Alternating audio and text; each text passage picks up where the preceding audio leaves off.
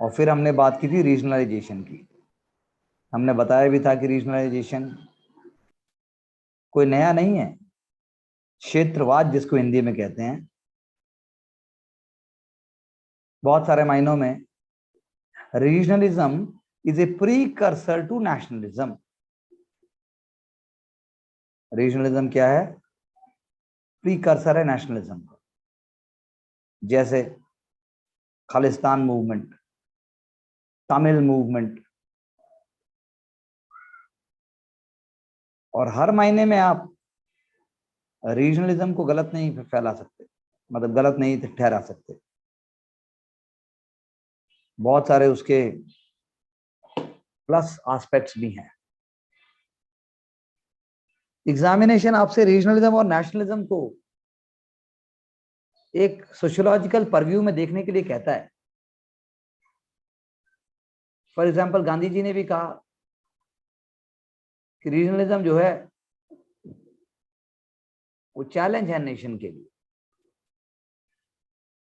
Regionalism is a challenge to nationalism, और nation के लिए वो हार्मफुल भी हो सकता है। ऐसा किसने कहा? गांधी जी ने। तो बात को समझने की कोशिश कीजिए कि रीजनलिज्म, नेशनलिज्म दोनों को एग्जिस्ट करते हैं।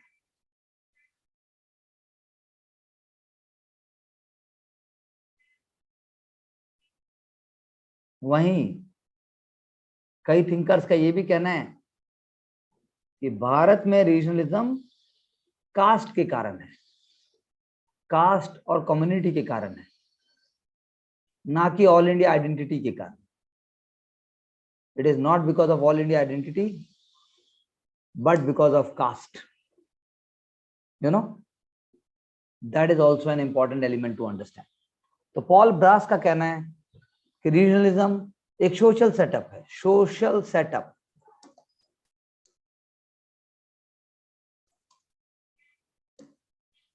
ऐसा सोशल सेटअप जहां पर कास्ट, कम्युनिटी, रीजन, इनकी वैल्यू बहुत ज्यादा है, ना कि pan India identity.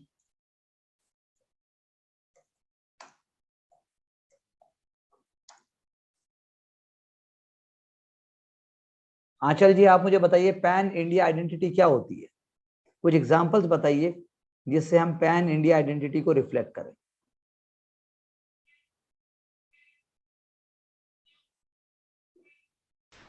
Indian flag. जी, इंडियन फ्लैग।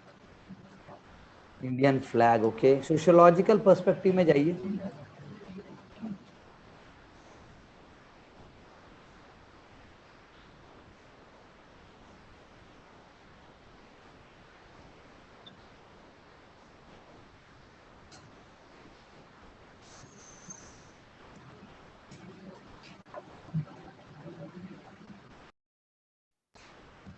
कल्चर बोल सकते हैं, हाँ, इंडियन ट्रेडिशन कल्चर। क्या कह रहे हो? Language. Citizenship. Okay, Brijbala ji ने बोला citizenship, it's also a good idea. और एलिमेंट्स?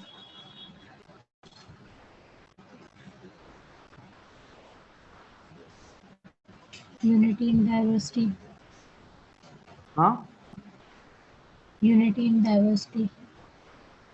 Very good, diversity. और बोलो।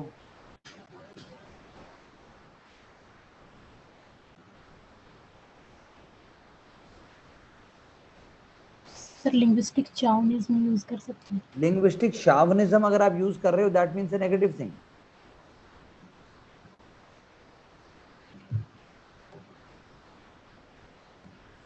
That means negative thing.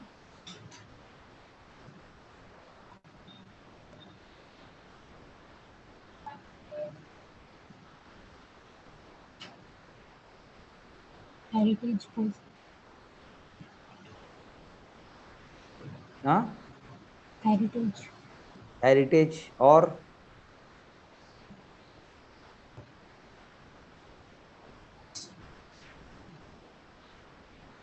Rituals. और सोचो और सोचो। Pan India identity food culture से होगी, पैन इंडिया आइडेंटिटी लैंग्वेज से होगी, कस्टम से होगी, कल्चर से होगी।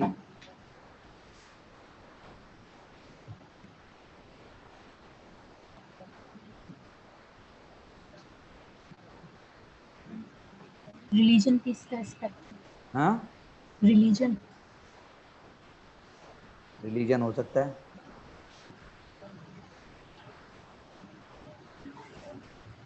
रिलीजन भी हो सकता है, रिचुअल्स।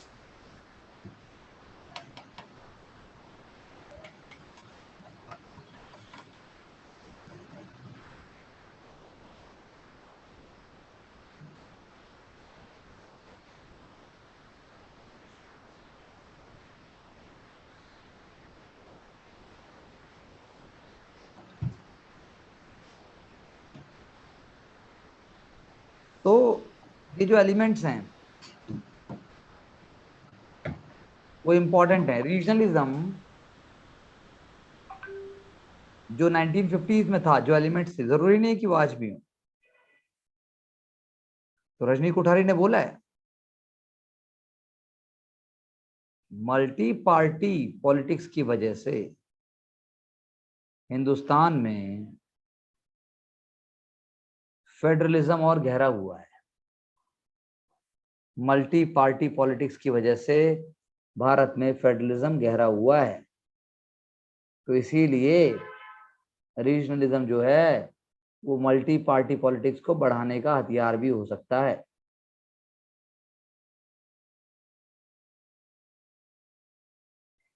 इसलिए वो हथियार भी हो सकता है।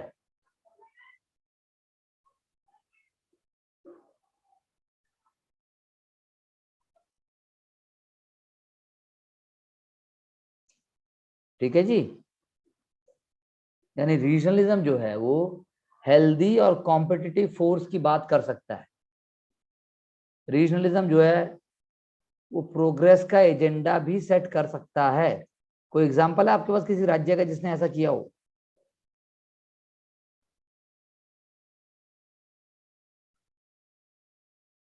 बोलो। तेलंगाना. तेलंगाना है, यूपी है,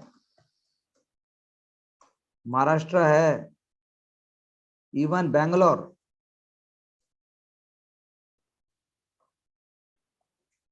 यानी silicon valley.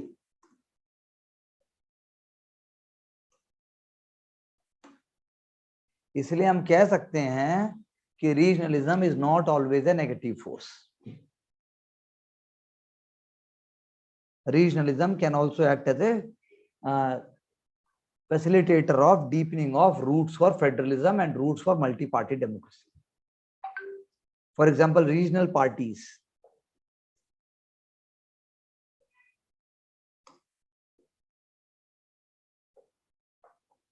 Regional parties reflects sentiments of. Komal, switch on the video, please.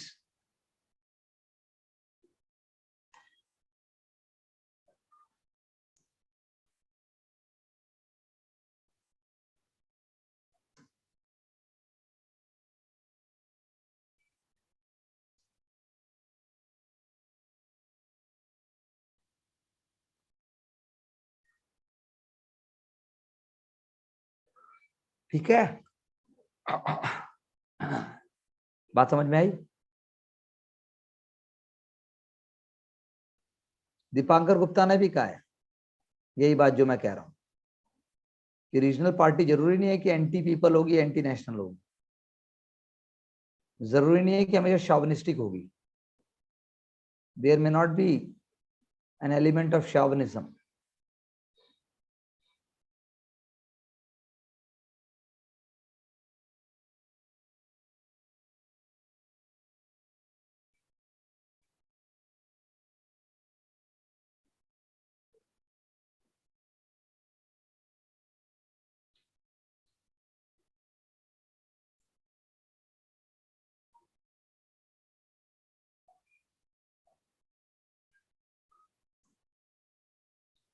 अब क्वेश्चन ये उठता है कि क्या ये सेंटिमेंट बिल्कुल खत्म हो जाता है, या क्वेश्चन ये उठता है कि क्या ये सेंटिमेंट नेशनल सेंटिमेंट को ओवर पावर कर लेना चाहिए। क्योंकि इसके जो दो मैंने आपको बताए हैं, दो फंक्शन, एक फंक्शन क्या है इसका, एक फंक्शन है कि ये फेडरल सिस्टम को मजबूत करता है,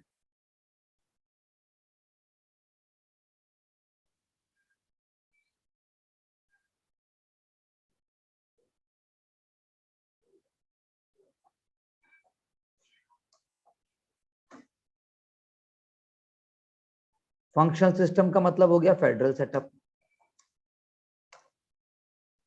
दूसरा लोकल लैंग्वेजेस, लोकल बॉडीज,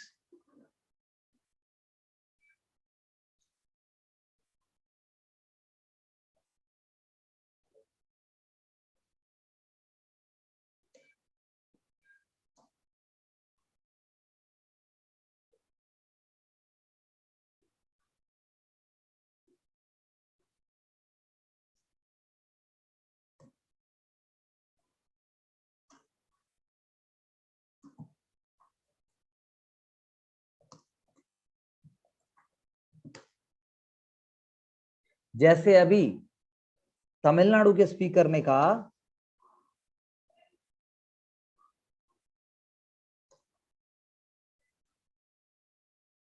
कि तमिलनाडु में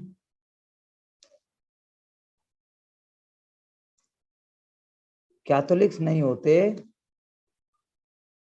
तो तमिलनाडु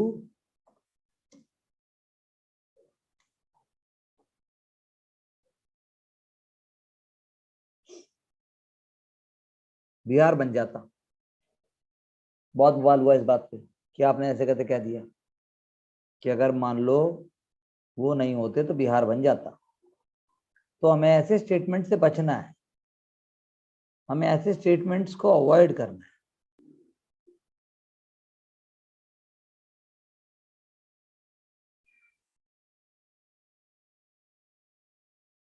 मेरी बात समझ में आई?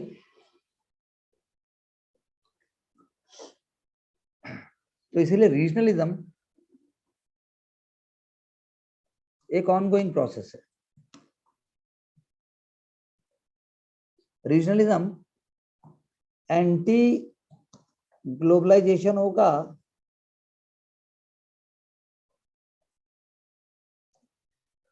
कि प्रो ग्लोबलाइजेशन होगा?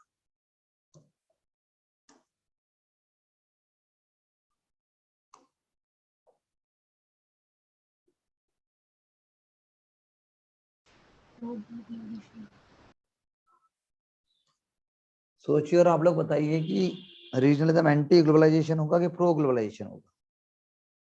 बताइए।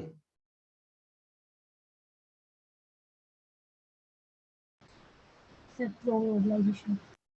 हाँ, कैसे समझाना भी तो है।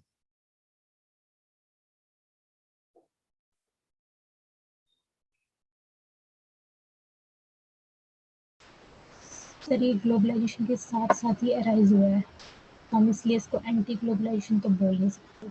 अच्छा, ओके।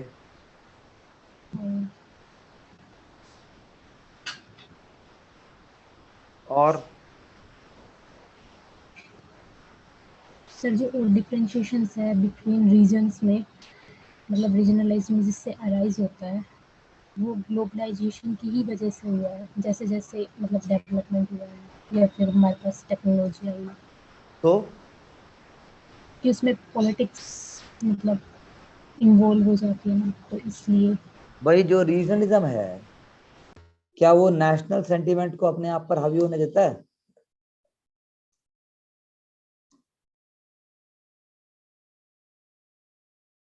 रीजनलिज्म नेशनल सेंटीमेंट को हावी होने देता है अपने ऊपर?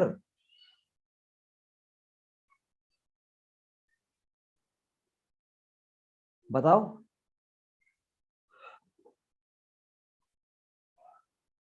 बोलो। नहीं। तो जब वो रीजनलिज्म नेशनल को हावी नहीं होने देता तो ग्लोबलाइजेशन को कैसे हावी होने देगा?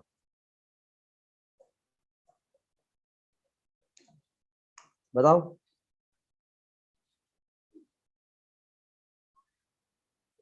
तो यानी कि रीजनलिज्म ग्लोबलाइजेशन के अगेंस्ट भी तो एक्ट कर सकता है।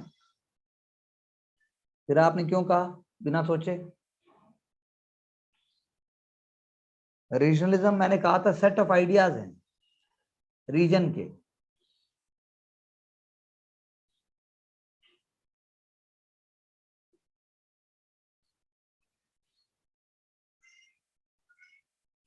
रीजनलिज्म जो है नेगेटिव, उसमें पॉलिटिकल सिस्टम को डिसइंटीग्रेट भी कर सकता है।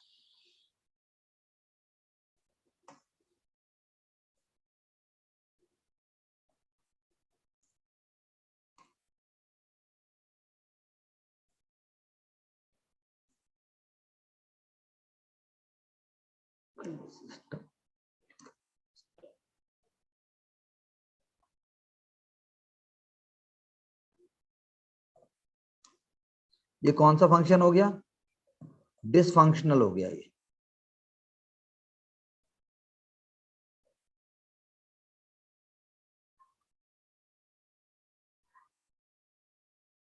कौन सा फंक्शन हो गया? डिसफंक्शनल हो गया ये। यानी एक हो गया फंक्शन, एक हो गया डिसफंक्शन। जब हम बात करते हैं उसके फायदे क्या हैं, जब बात करते हैं सस्टेन कैसे करेगा तो हो गया फंक्शन। जब हम बात करते हैं नेगेटिव इंपैक्ट क्या होगा, जब हम बात करते हैं नेगेटिव आइडियाज क्या होंगे, तो वो सब हो जाएंगे डिसफंक्शन। फंक्शन हो गया, डिसफंक्शन हो गया। रीजनलिज्म के दोनों एस्पेक्ट हैं, एक है function aspect,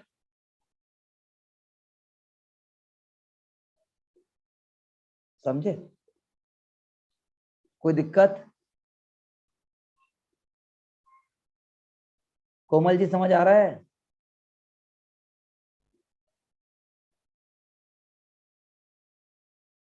Komal ji,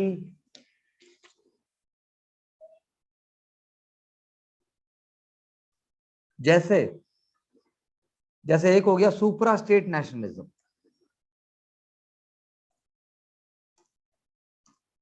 सुपरा state क्या मतलब हुआ? सुपरा स्टेट का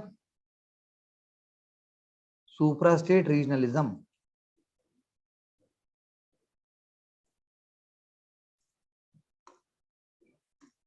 उसका मतलब हुआ कई स्टेट्स मिलकर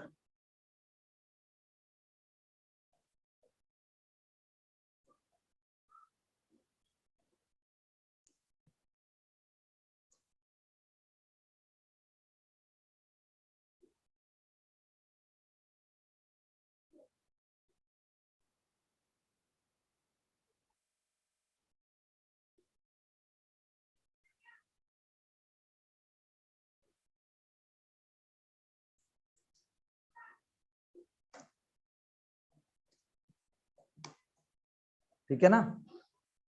ये हो गया सुपरा स्टेट रीजनलिज्म। यानी एक स्टेट से ज्यादा स्टेट साथ में आकर कोई डिमांड करते हैं। जैसे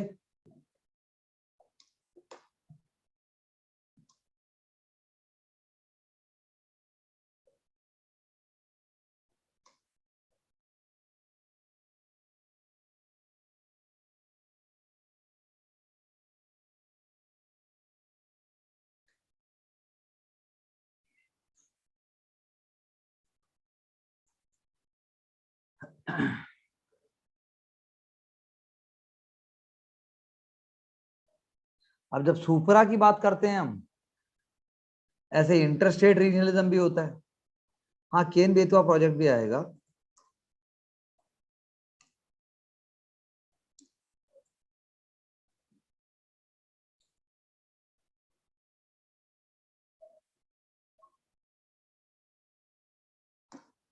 इंट्रा स्टेट की जगह हमने क्या बोला?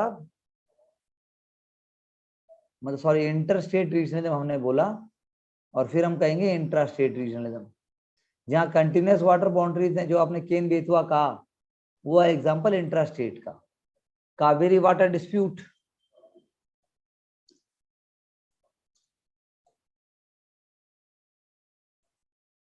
ये भी एग्जांपल है इंटर स्टेट रीजनलिज्म का। ऐसे ही इंट्रा स्टेट, इंट्रा स्टेट यानी विद इन स्टेट, बुंदेलखंड,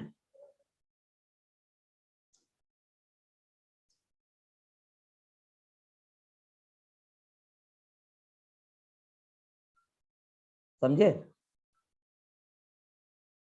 हरित प्रदेश,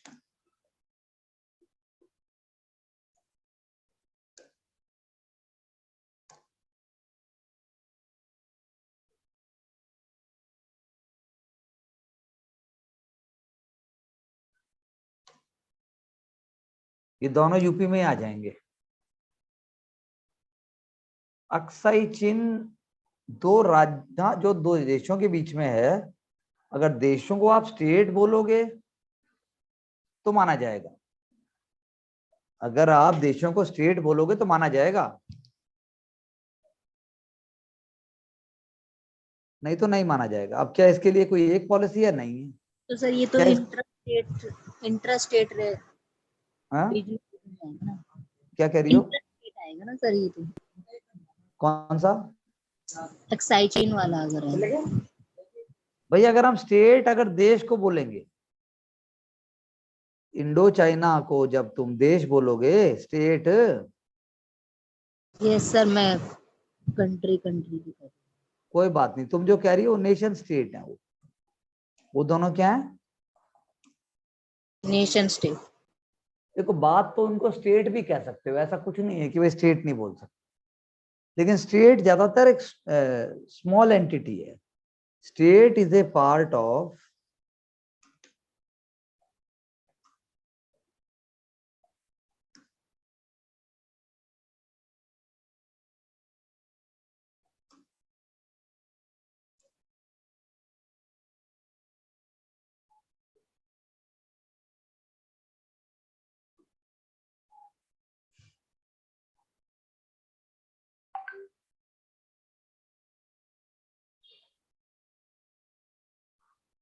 कंफ्यूज होने का नहीं है कुछ भी इसमें,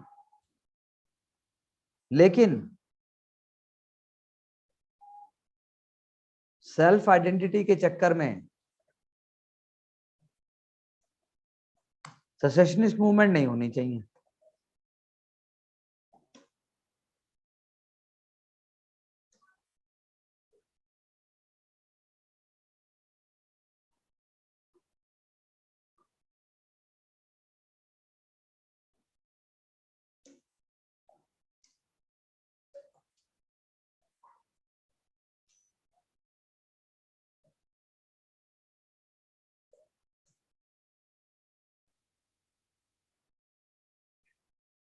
जैसे उल्फा,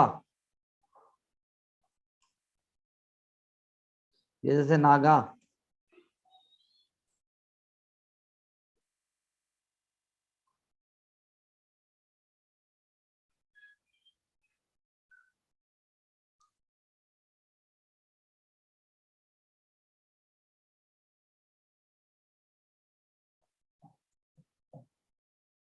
और कोई एग्जांपल आपके पास उल्फा और नागा के अलावा? कोमल, आंचल? सर ये पंजाब वाला जो है। यार ये तो है ही, और सोचो, कोई और सोचो, और सोचो, एग्जाम में हमें नए एग्जाम्पल भी देने हैं।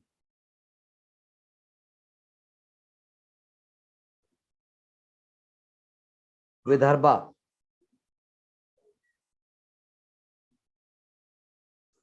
और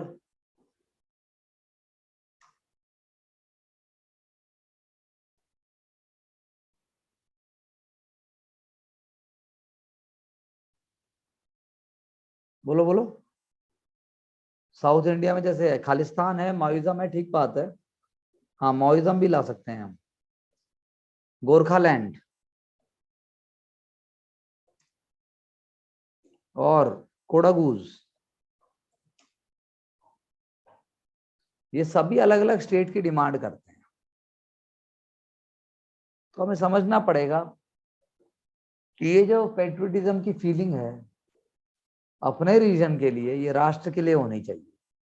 पहली बार इसीलिए भारत सरकार अभी बना रही है हर घर तिरंगा। क्या मनाया जा रहा है? और आपको सर्टिफिकेट भी मिल रहा है। नहीं? फिर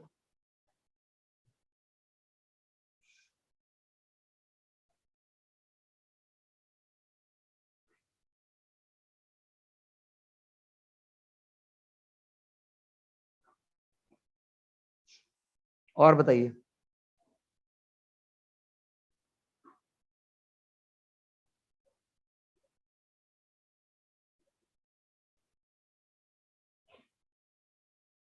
और बताइए।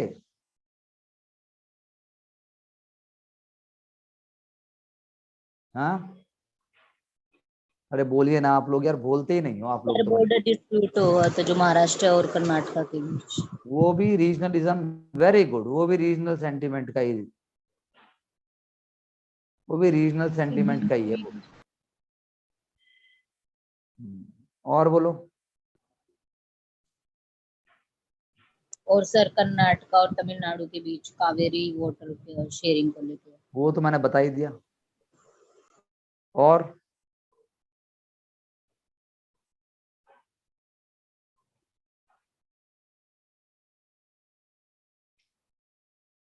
और बताइए।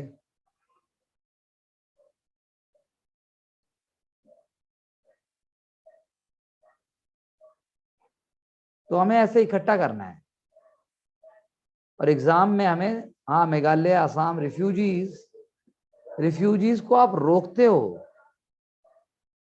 वो भी एक पर्सपेक्टिव में, जैसे रोहिंग्यास, वो तो रीजनलिज्म में आएगा भी, बाकी नहीं आने वाला।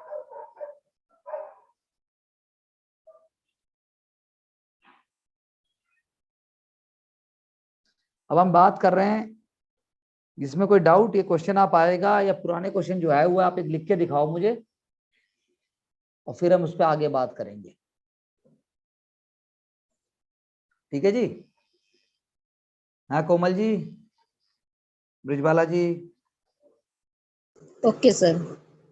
यार अब देखो, हमने पढ़ बहुत सारा लिया है, हमने इकट्ठा भी कर लिया है, लेकिन अब आप थोड़े सिस्टमेटिक हो जाओ।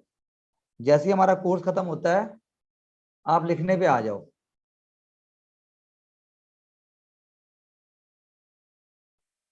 Yes sir. नहीं, यस सर। क्या लगता है आपको, सुन सुन के और बता बता के अचानक से एक दिन सुबह उठोगे और तुम चित्रगुप्त बन जाओगे? हैं कोमल? सर पता है मेरे को हैं? समझ नहीं आया आपने क्या कहा सर। मैंने ये कहा कि एक दिन सुबह सो के उठोगे, मैं बताता रहूंगा, तुम पढ़ते रहोगे, उसके आगे कोई कार्रवाई होगी नहीं, और अचानक से तुम एक दिन चित्रगुप्त बन जाओगे। नहीं सर ऐसा तो नहीं होगा। कौन है चित्रगुप्त, पता है तुम्हें कोमल? Yes sir. कौन है बताओ? सर वो सबका एक बायोडाटा रहता है सर उसके अरे पास। मेरी जान, सबका एक बायोडाटा रहता है, कौन वो? सर वो रिवीजन यमराज स्टार्ट के करा पास दो। रहता है। आंचल की डिमांड आई, रिवीजन स्टार्ट करा दो। अरे भाई पहले कोर्स तो पूरा कर लो, कोर्स पूरा करके हफ्ते में 3 या 4 दिन क्लास रख दूंगा, है ना? क्यों कोमल? Yes sir. हफ्ते में 2 दिन रख दूंगा, बल्कि doubt session, doubt yes. Class लिया करेंगे। क्यों? Yes sir. बोलो कौन है कोमल, कौन है वो? सर वो यमराज के पास रहता है। हाँ बिल्कुल, यमराज का राइटर है वो, बिल्कुल सही कहा तुमने। सब कुछ यार मैं ही स्टार्ट करा दूं, बताओ। तुम्हें मुझे कॉन्फिडेंस देना चाहिए कि मुझे तुम्हें कॉन्फिडेंस देना चाहिए? मैं तो यही सोच के कंफ्यूज होता रहता हूँ। सर आप हम भी देते रहेंगे आप भी देते रहना सर। अब मैं तो दे ही रहा हूँ, तुम भी तो दो। सर आपने बोला था ना कि मैं फ्राइडे को क्वेश्चंस पूछ लिया करूंगा, पूरे हफ्ते तुम पढ़ना, फिर उसके बाद इसलिए बोला था मैंने तो। अरे भाई वाह, मैं पूछ ले यार, मेरे कहने का मतलब है और थोड़े सिस्टमेटिक हो जाओ, और थोड़े टफ हो जाओ।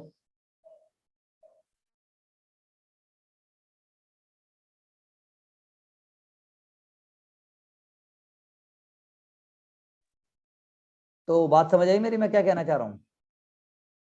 Yes sir. तो यानी कि पंचायत, अगर मैं रीजनलिज्म की बात करूं, और इसमें रीजनलिज्म में कोई और एलिमेंट है तो बताओ तुम।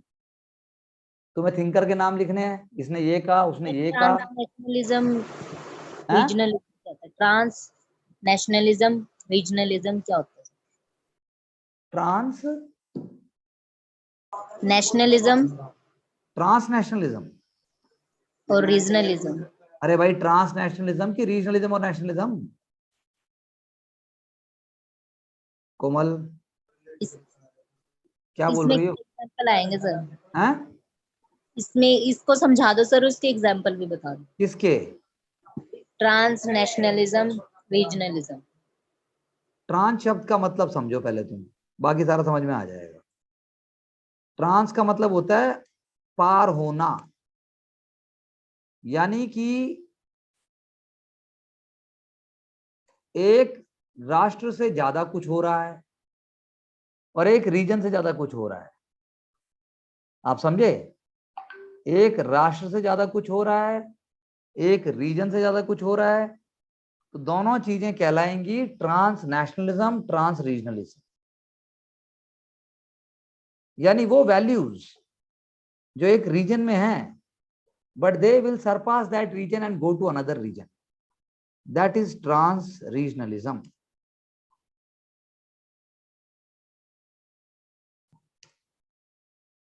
ऐसे ही लिबर्टी, इक्वालिटी, फेटर्निटी, ये वैल्यूज ट्रांस नेशनल वैल्यूज है। क्या है? ट्रांसनेशनल। है ट्रांस यमुना, यानी यमुना के पार। ट्रांसपोर्ट, यानी पोर्ट को पार करने का वाहन। बात समझ में आई? ठीक है, और बोलो। सर मैंने जो आपने वो डाइवर्सिटी और डिस्पैरिटी बताया था, जी।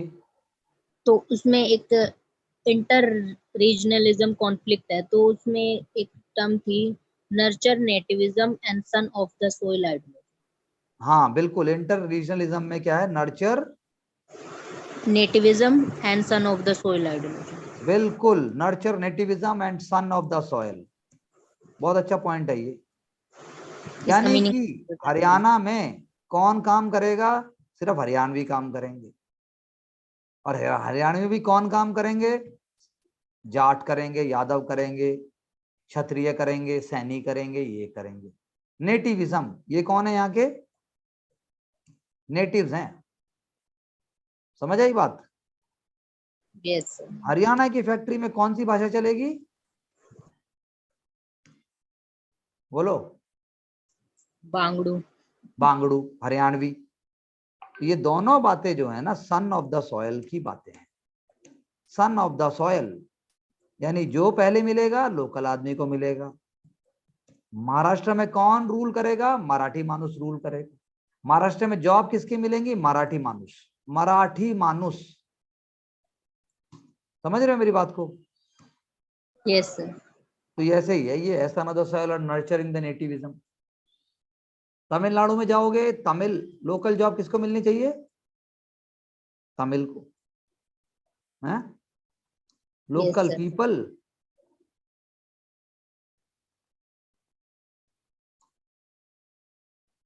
Local food, local language. और बोलो अब रह क्या गया फिर? तो ये सब क्या है? Anti globalization. अब बोलो आंचल, यानी ये सब क्या है? Anti multiculturalism. क्यों भाई कोमल? ये सब क्या है? प्रोटेक्शनिज्म। सर ये एंटी ये नर्चर वाला, इसमें तो फिर ये भी आ जाएगा सर, महाराष्ट्र नवनिर्माण सेना। बिल्कुल आएगी, बनी इसलिए है वो। महाराष्ट्र नवनिर्माण सेना, या लिबरेशन टाइगर्स ऑफ तमिल, या फिर उल्फा, या फिर नागा, या फिर माओइज्म, सब इससे जुड़े हुए हैं। सेम नहीं है सब, लेकिन इससे कनेक्ट। कनेक्ट। और बोलो, और बोलो। हाँ बोले बोले।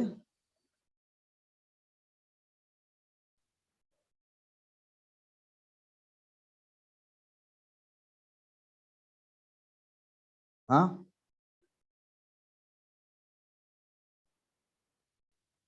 बात समझ में आ गई कि नहीं आई अभी भी? आगे से थोड़ा जल्दी जल्दी बताएगा। और बताओ कोई कॉन्सेप्ट इसमें जो ना समझ में आया हो। हाँ, बोलिए मेरे प्रिय बालकों।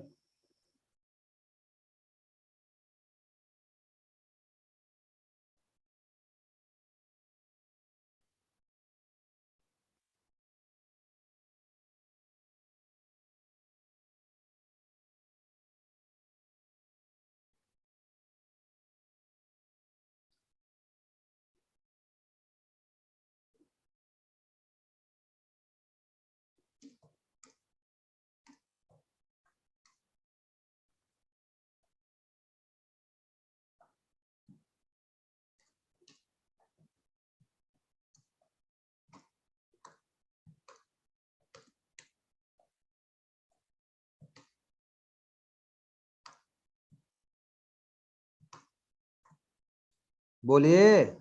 सर इसका मीनिंग और बता दो, मैंने वो जो राइट टाइप किया है आपको सेंड किया। दिखाई नहीं दे रहा क्या टाइप किया है? मैंने अच्छा चला। 1 मिनट रुक जाओ। हाँ, पैरोकियलिज्म।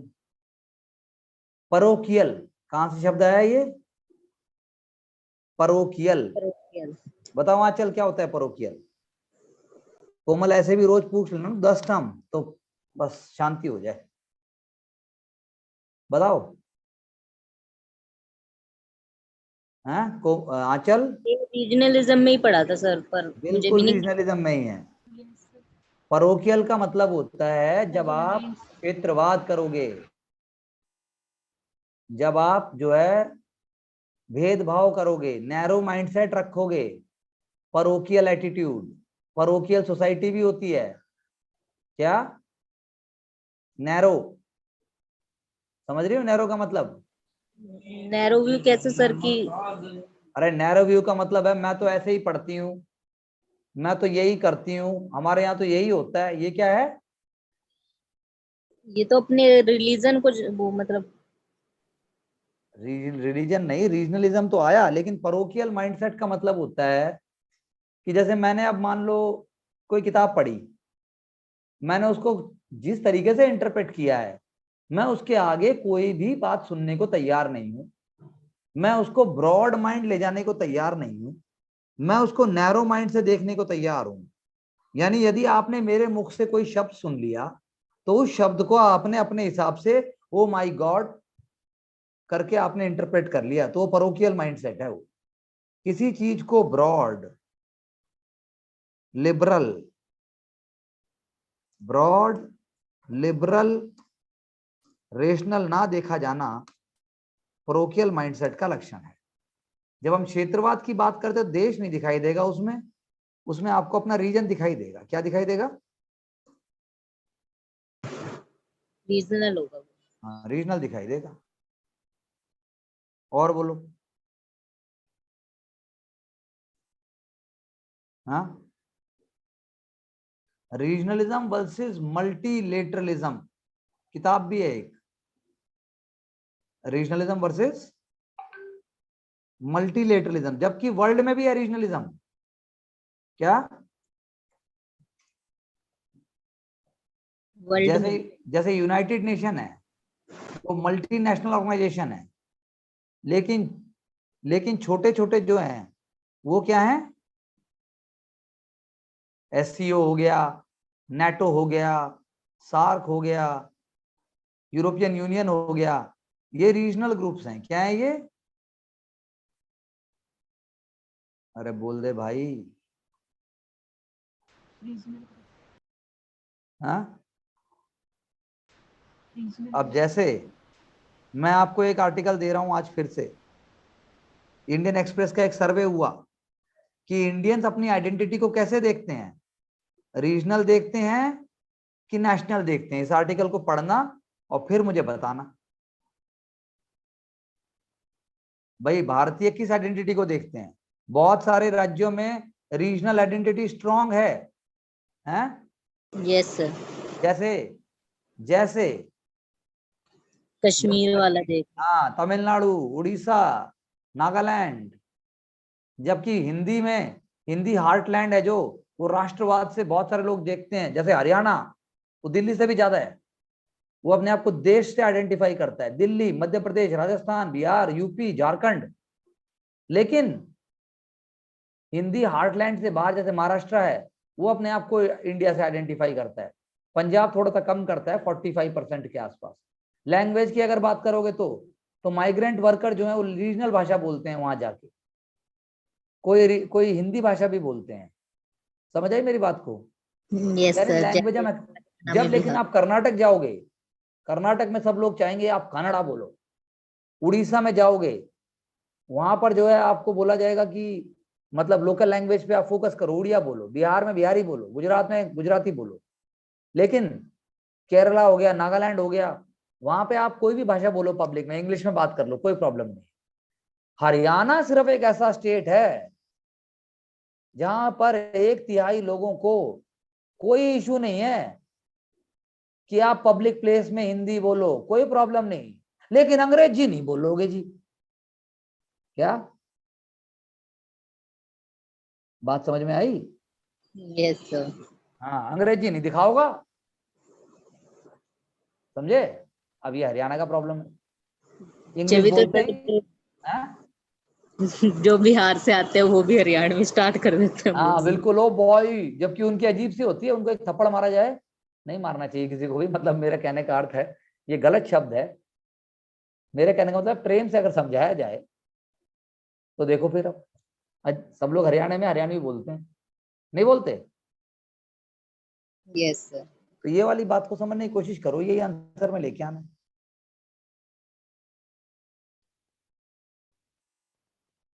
एक आर्टिकल मैंने आपको रीजनलिज्म का दे दिया है, तो इतना भी अगर आप सपोर्ट करो डिस्कशन में जितना आज आपने करा, तो काफी बातें और इम्प्रूव हो सकती हैं। ढूंढो, खुद ही पूछो, क्योंकि आपको छोटी छोटी चीजें पूछनी चाहिए। नहीं,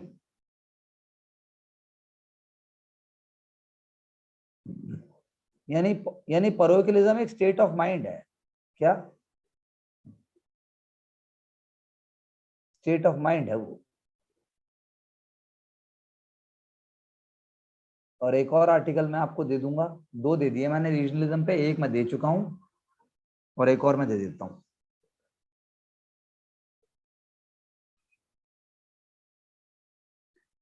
अब थोड़ी सी चर्चा हम कर लेते हैं पंचायती राज पे, ताकि हम मंडे को उसको कंटिन्यू करें। कल आप क्वेश्चंस पूछेंगे?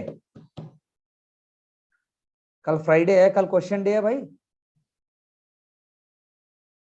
बताइए।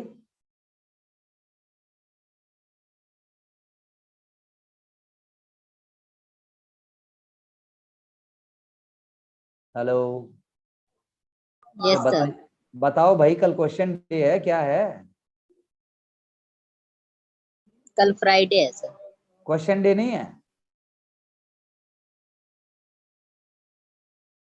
कल? क्वेश्चन डे है या फ्राइडे है, या फिर पंचायती राज पढ़ना है कल? सर क्वेश्चन डे और पंचायती राज डे दोनों बना लेते हैं। ठीक है, तो पंचायती राज की जहां तक बात है, लोकल गवर्नेंस है, पंचायत हिस्टोरिक इंस्टीट्यूशंस है। पंचायत का चर्चा सरपंच का हमारे यहाँ एंशिएंट टाइम में भी किया गया है। गांधी जी ने कहा है true Swaraj, true Swaraj, true Swaraj जब आएगा, जब जो है हर व्यक्ति को, एकदम ग्रास रूट वाले व्यक्ति को भी अपनी जगह, अपनी पोटेंशियल, अपनी अपॉर्चुनिटीज और सबको उसको पूरा करने का मौका मिलेगा।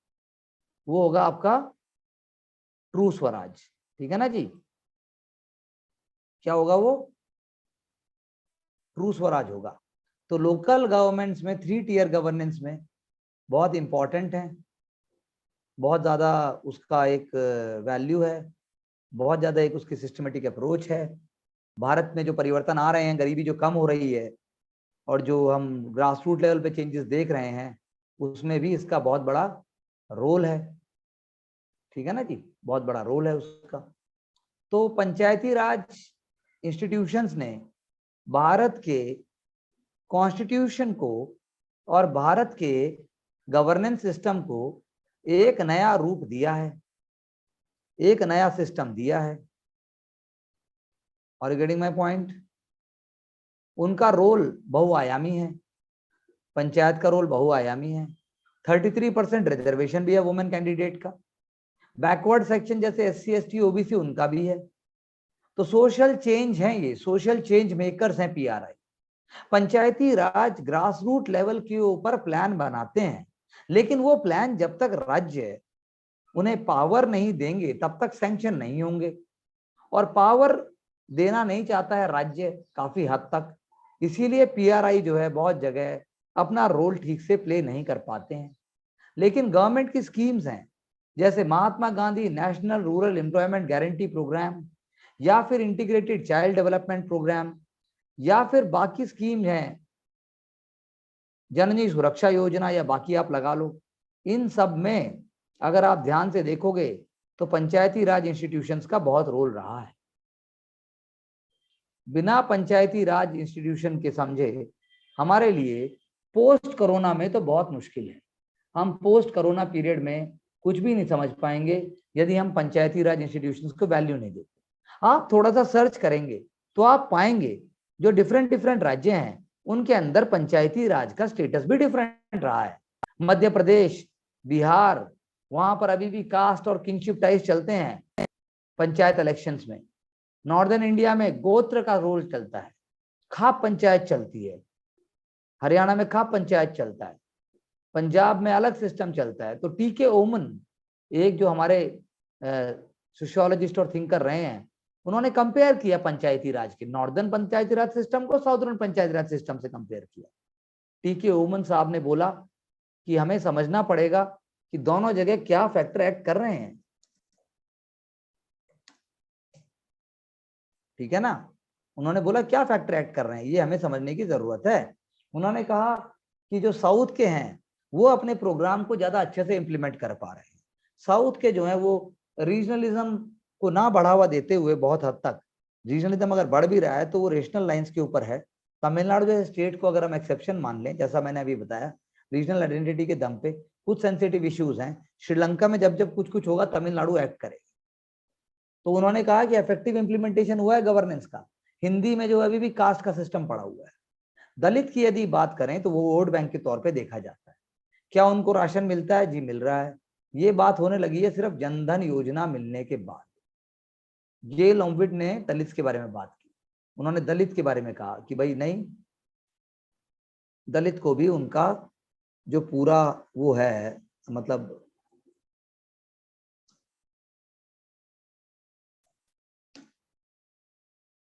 मिलना चाहिए। ठीक है ना जी? VE होगा।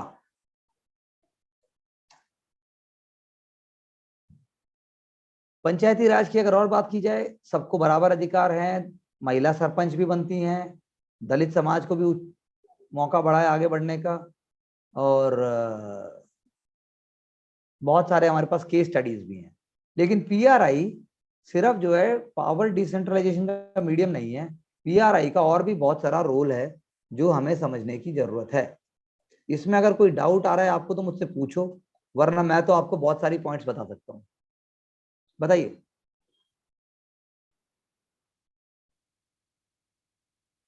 बताइए बताइए।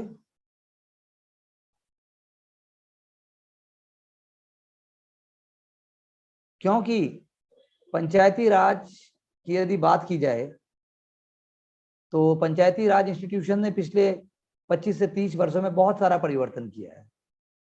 खासकर केरला तो मॉडल है। केरला तो मॉडल है बहुत सारी चीजों में, और केरला ने जो है पूरे भारत को बहुत सारी चीजों में उन्होंने रास्ता भी दिखाया है। लेकिन जो PRI और सेल्फ हेल्प ग्रुप का जो ताना बाना है, उससे गरीबी बहुत हद तक हटी है। पॉवर्टी एलिमिनेशन में बहुत सहायता मिली है।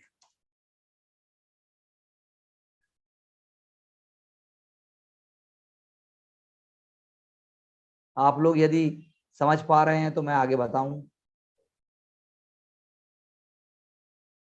Yes sir. बताइए बताइए।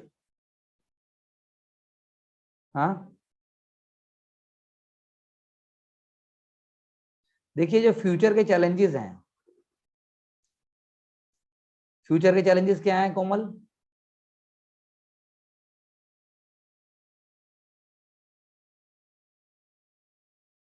कोमल, अरे फ्यूचर के चैलेंजेस क्या हैं? सोच रही हूँ सर। कमाल हो गया कोमल यार। आंचल? सर पॉवर्टी, और? Climate change, very good. और? Health issue. Very good. ठीक से शब्द यूज किया करो। हेल्थ इश्यूज कोई वर्ड होता है? प्राइमरी हेल्थ केयर बोल लो, पब्लिक हेल्थ केयर फैसिलिटीज बोल लो। जब तक सही शब्द का प्रयोग नहीं करोगे नंबर नहीं आएंगे। कोमल आप बोलो तुम। और फिर हमने बात की थी रीजनलाइजेशन की। हमने बताया भी था कि रीजनलाइजेशन कोई नया नहीं है। क्षेत्रवाद जिसको हिंदी में कहते हैं, बहुत सारे मायनों में regionalism is a precursor to nationalism. Regionalism क्या है? प्रीकर्सर है नेशनलिज्म का। जैसे खालिस्तान मूवमेंट, तमिल मूवमेंट, और हर मायने में आप रीजनलिज्म को गलत नहीं फैला सकते, मतलब गलत नहीं ठहरा सकते। बहुत सारे उसके प्लस एस्पेक्ट्स भी हैं। एग्जामिनेशन आपसे रीजनलिज्म और नेशनलिज्म को एक सोशियोलॉजिकल परव्यू में देखने के लिए कहता है। फॉर एग्जाम्पल गांधी जी ने भी कहा कि रीजनलिज्म जो है वो चैलेंज है नेशन के लिए। Regionalism is a challenge to nationalism, और नेशन के लिए वो हार्मफुल भी हो सकता है। ऐसा किसने कहा? गांधी जी ने। तो बात को समझने की कोशिश कीजिए कि रीजनलिज्म, नेशनलिज्म दोनों को एग्जिस्ट करते हैं।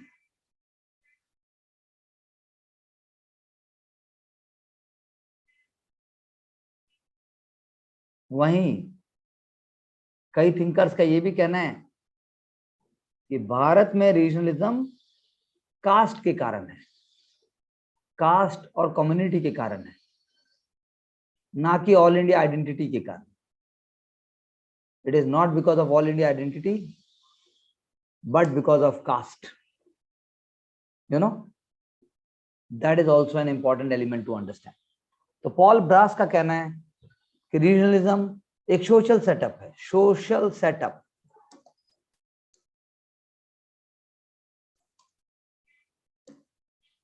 ऐसा सोशल सेटअप जहां पर कास्ट, कम्युनिटी, रीजन, इनकी वैल्यू बहुत ज्यादा है, ना कि pan India identity.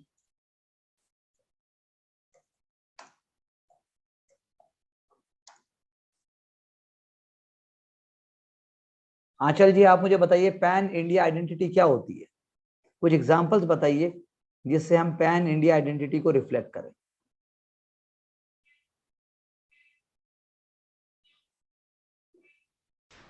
Indian flag. जी, Indian flag. Indian flag. Okay, sociological perspective में जाइए।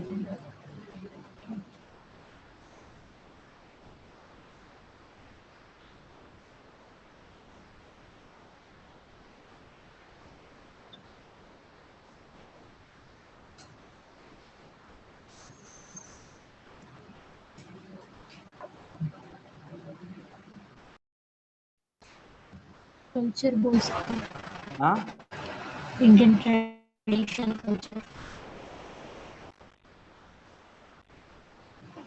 क्या कह रहे हो? Language. Citizenship. Okay, Brijbala ji ने बोला citizenship, it's also a good idea. और एलिमेंट्स?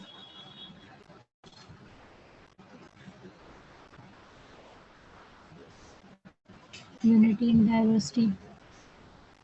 हाँ, unity in diversity. Very good, diversity. और बोलो।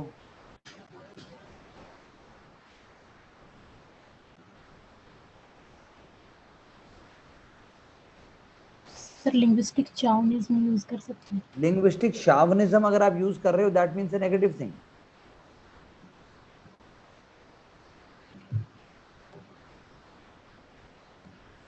That means negative thing.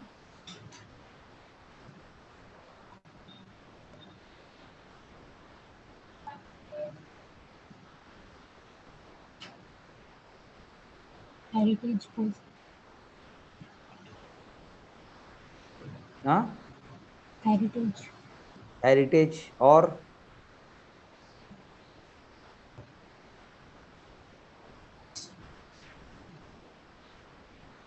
Rituals. और सोचो, और सोचो। Pan India identity food culture से होगी, पैन इंडिया आइडेंटिटी लैंग्वेज से होगी, कस्टम से होगी, कल्चर से होगी।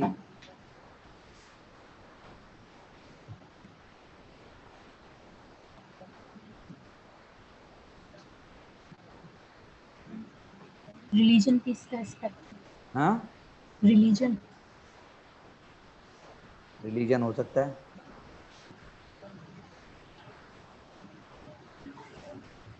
रिलीजन भी हो सकता है। रिचुअल्स।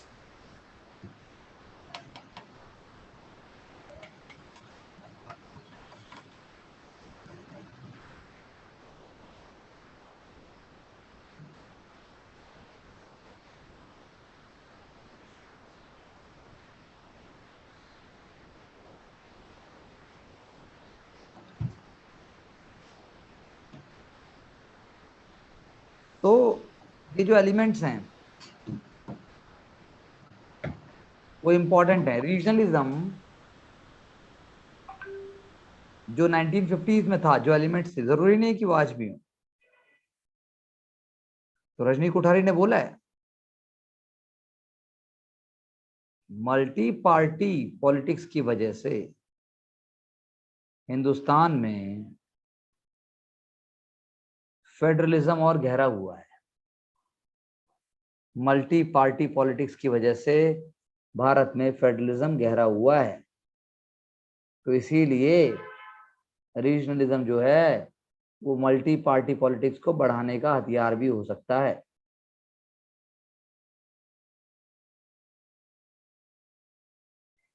इसलिए वो हथियार भी हो सकता है।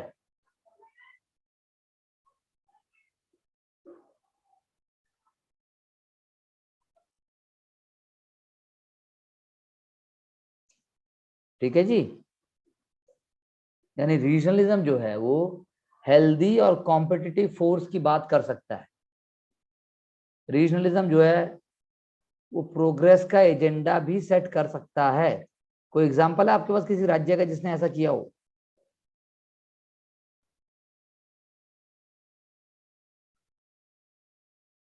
बोलो। तेलंगाना। तेलंगाना है, यूपी है,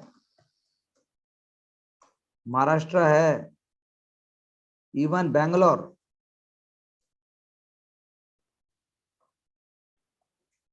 यानी silicon valley.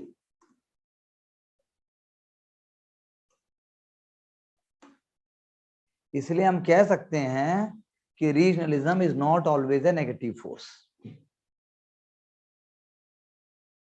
Regionalism can also act as a facilitator of deepening of roots for federalism and roots for multi-party democracy. For example, regional parties.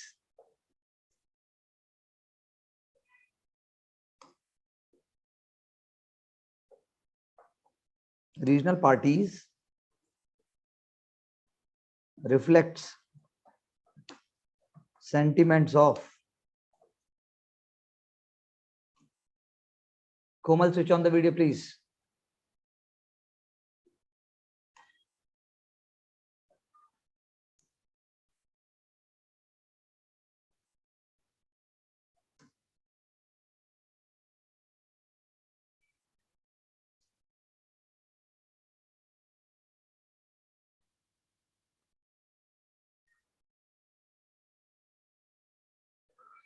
ठीक है,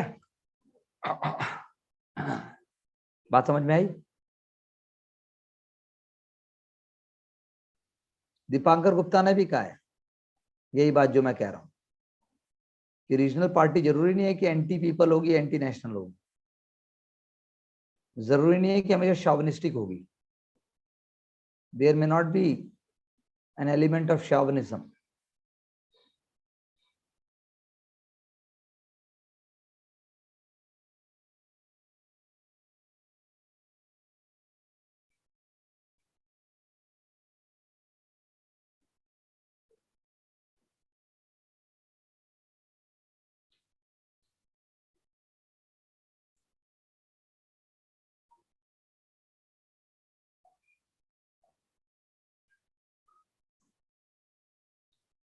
क्वेश्चन ये उठता है कि क्या ये सेंटिमेंट बिल्कुल खत्म हो जाता है, या क्वेश्चन ये उठता है कि क्या ये सेंटिमेंट नेशनल सेंटिमेंट को ओवर पावर कर लेना चाहिए. क्योंकि इसके जो दो मैंने आपको बताए हैं दो फंक्शन, एक फंक्शन क्या है इसका, एक फंक्शन है कि ये फेडरल सिस्टम को मजबूत करता है,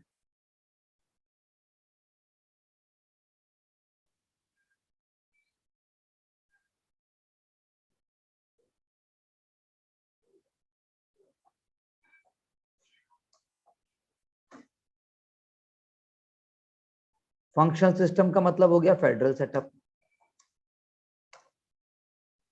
दूसरा लोकल लैंग्वेजेस, लोकल बॉडीज,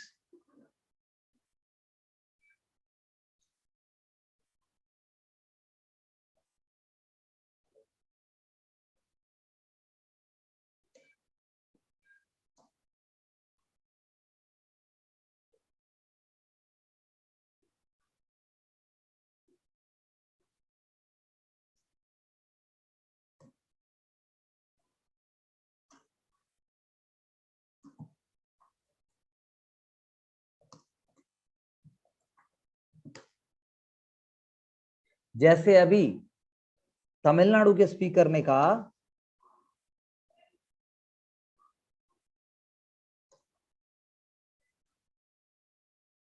कि तमिलनाडु में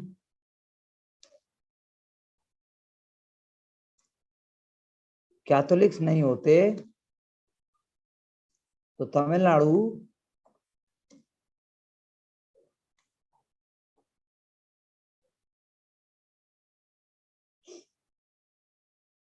बिहार बन जाता. बहुत बवाल हुआ इस बात पे कि आपने ऐसे कहते कह दिया कि अगर मान लो वो नहीं होते तो बिहार बन जाता. तो हमें ऐसे स्टेटमेंट से बचना है, हमें ऐसे स्टेटमेंट्स को अवॉइड करना है.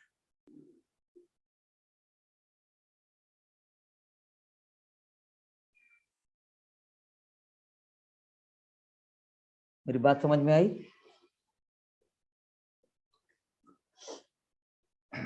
तो इसीलिए रीजनलिज्म एक ऑनगोइंग प्रोसेस है. रीजनलिज्म एंटी ग्लोबलाइजेशन होगा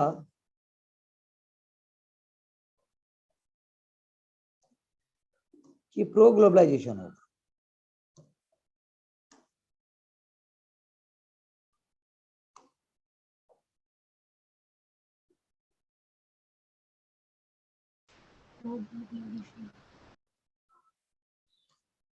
सोचिए और आप लोग बताइए कि रीजनलिज्म एंटी ग्लोबलाइजेशन होगा कि प्रो ग्लोबलाइजेशन होगा, बताइए.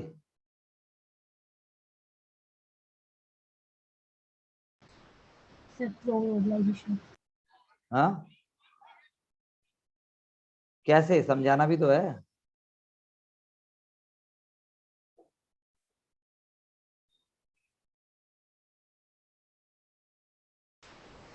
सर ये ग्लोबलाइजेशन के साथ साथ ही अराइज हुआ है, हम इसलिए इसको एंटी ग्लोबलाइजेशन तो बोल नहीं सकते. अच्छा, ओके.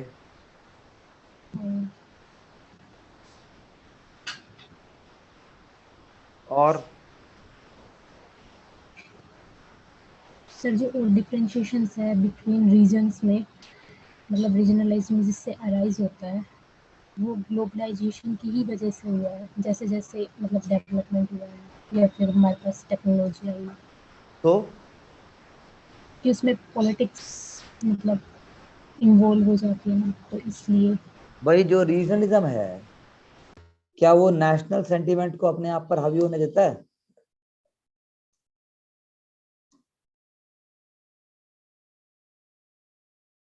रीजनलिज्म नेशनल सेंटीमेंट को हावी होने देता है अपने ऊपर?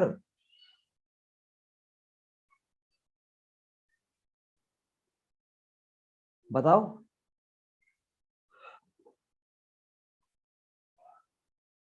बोलो। नहीं। तो जब वो रीजनलिज्म नेशनल को हावी नहीं होने देता, तो ग्लोबलाइजेशन को कैसे हावी होने देगा?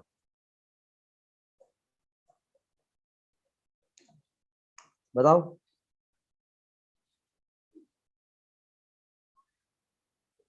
तो यानी कि रीजनलिज्म ग्लोबलाइजेशन के अगेंस्ट भी तो एक्ट कर सकता है।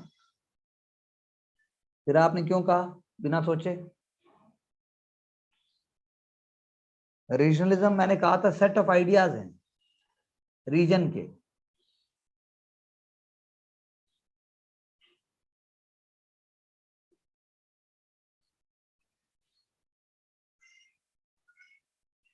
रीजनलिज्म जो है नेगेटिव, उसमें पॉलिटिकल सिस्टम को डिसइंटीग्रेट भी कर सकता है।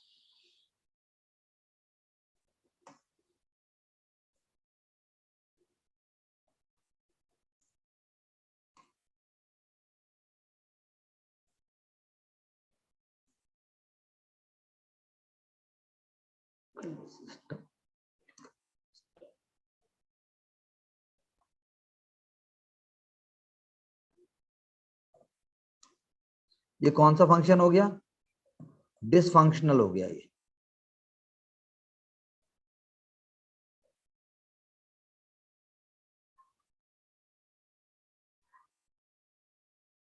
कौन सा फंक्शन हो गया? डिसफंक्शनल हो गया ये। यानी एक हो गया फंक्शन, एक हो गया डिसफंक्शन। जब हम बात करते हैं उसके फायदे क्या हैं, जब बात करते हैं सस्टेन कैसे करेगा, तो हो गया फंक्शन। जब हम बात करते हैं नेगेटिव इम्पैक्ट क्या होगा, जब हम बात करते हैं नेगेटिव आइडियाज क्या होंगे, तो वो सब हो जाएंगे डिसफंक्शन। फंक्शन हो गया, डिसफंक्शन हो गया। रीजनलिज्म के दोनों एस्पेक्ट हैं, एक है function aspect,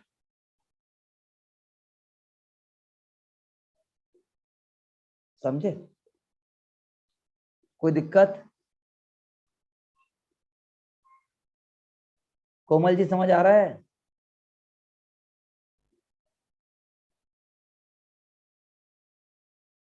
Komal ji.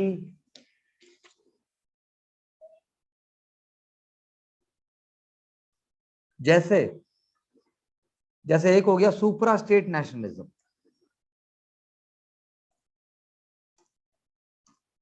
सुपरा state क्या मतलब हुआ सुपरा स्टेट का? सुपरा स्टेट रीजनलिज्म।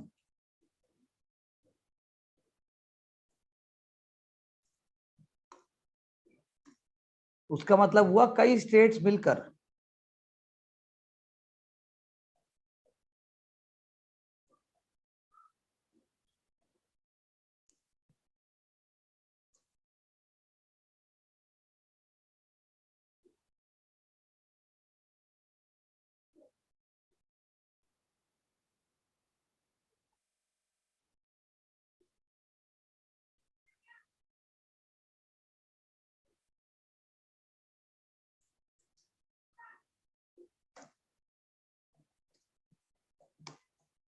ठीक है ना? ये हो गया सुपरा स्टेट रीजनलिज्म। यानी एक स्टेट से ज्यादा स्टेट साथ में आकर कोई डिमांड करते हैं। जैसे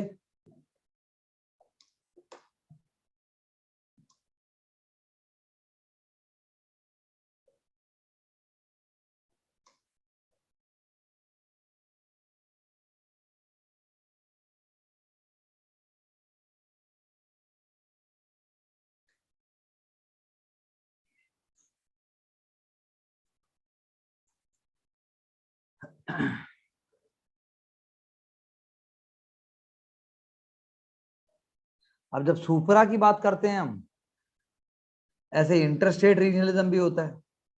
हाँ, केन बेतवा प्रोजेक्ट भी आएगा।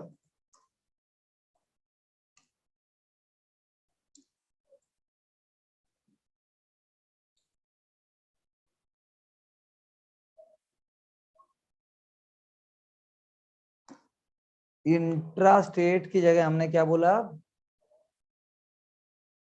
मतलब सॉरी, इंटर स्टेट रीजनलिज्म हमने बोला, और फिर हम कहेंगे इंट्रा स्टेट रीजनलिज्म। जहां कंटिन्यूस वाटर बाउंड्रीज हैं, जो आपने केन बेतवा कहा, वो है एग्जांपल इंट्रा स्टेट का। कावेरी वाटर डिस्प्यूट,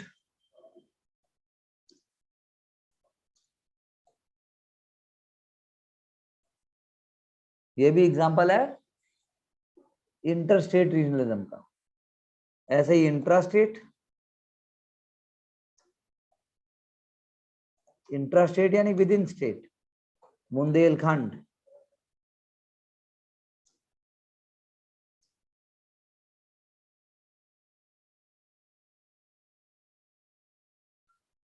समझे? हरित प्रदेश,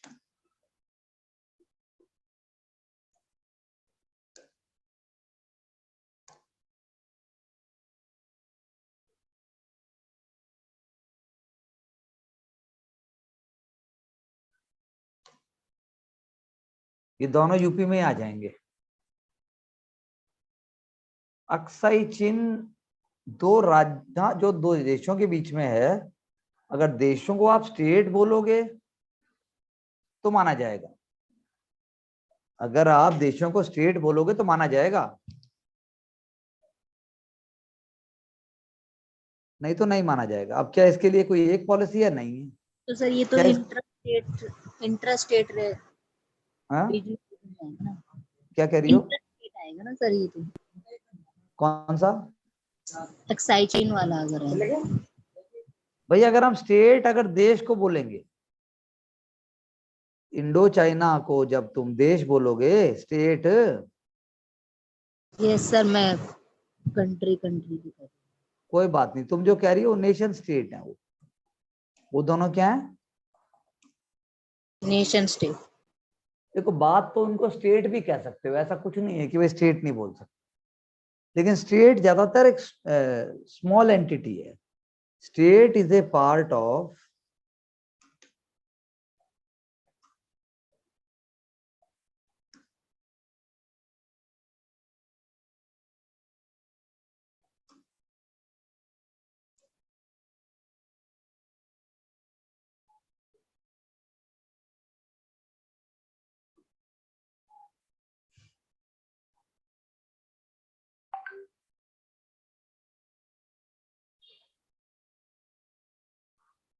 कंफ्यूज होने का नहीं है कुछ भी इसमें, लेकिन सेल्फ आइडेंटिटी के चक्कर में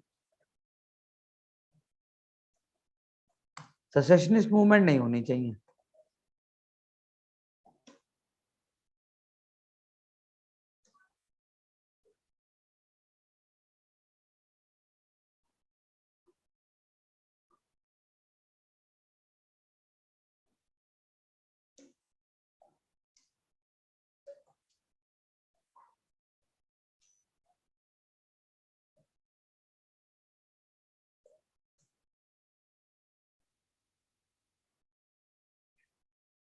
जैसे उल्फा,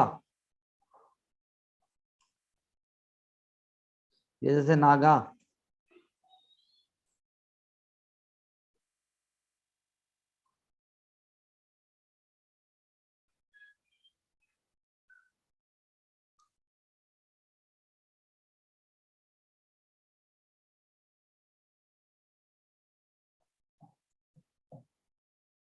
और कोई एग्जांपल आपके पास उल्फा और नागा के अलावा? कोमल, आंचल? सर ये पंजाब वाला जो है। यार ये तो है ही, और सोचो, कोई और सोचो, और सोचो। एग्जाम में हमें नए एग्जाम्पल भी देने हैं।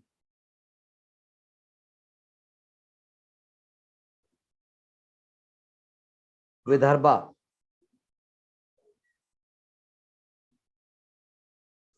और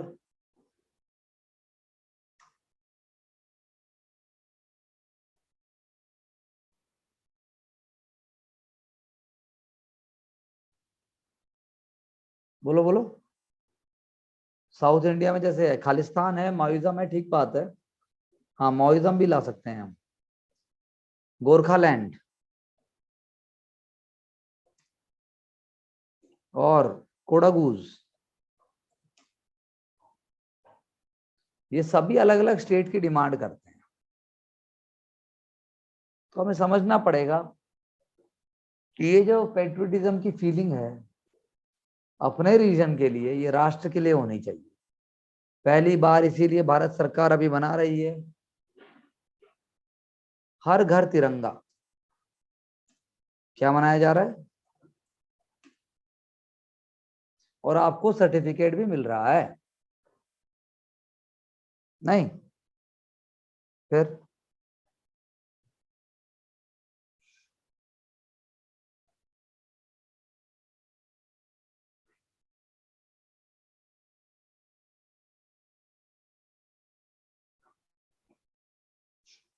और बताइए।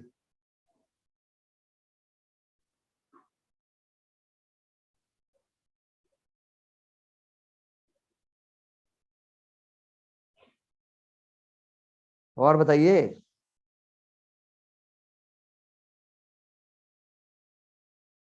हाँ, अरे बोलिए ना आप लोग, यार बोलते ही नहीं हो आप लोग सर तो बड़े। बॉर्डर डिस्प्यूट हुआ था जो महाराष्ट्र और कर्नाटक के बीच। वो भी रीजनलिज्म, वेरी गुड, वो भी रीजनल सेंटिमेंट का ही, वो भी रीजनल सेंटिमेंट का ही है वो। और बोलो। और सर कर्नाटक और तमिलनाडु के बीच कावेरी वाटर शेयरिंग को लेकर। वो तो मैंने बता ही दिया। और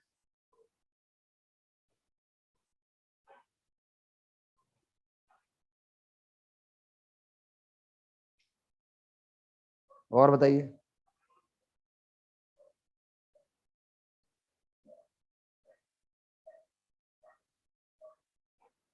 तो हमें ऐसे इकट्ठा करना है और एग्जाम में हमें, हाँ मेघालय, आसाम, रिफ्यूजीज, रिफ्यूजीज को आप रोकते हो,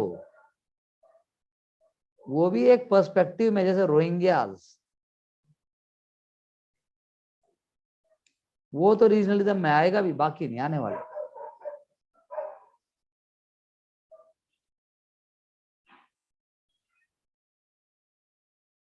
अब हम बात कर रहे हैं, इसमें कोई डाउट, ये क्वेश्चन आप आएगा या पुराने क्वेश्चन जो आए हुए आप एक लिख के दिखाओ मुझे, और फिर हम उस पर आगे बात करेंगे। ठीक है जी। हाँ कोमल जी, ब्रिजबाला जी। Okay sir. यार अब देखो, हमने पढ़ बहुत सारा लिया है, हमने इकट्ठा भी कर लिया है, लेकिन अब आप थोड़े सिस्टमेटिक हो जाओ। जैसे ही हमारा कोर्स खत्म होता है आप लिखने पे आ जाओ।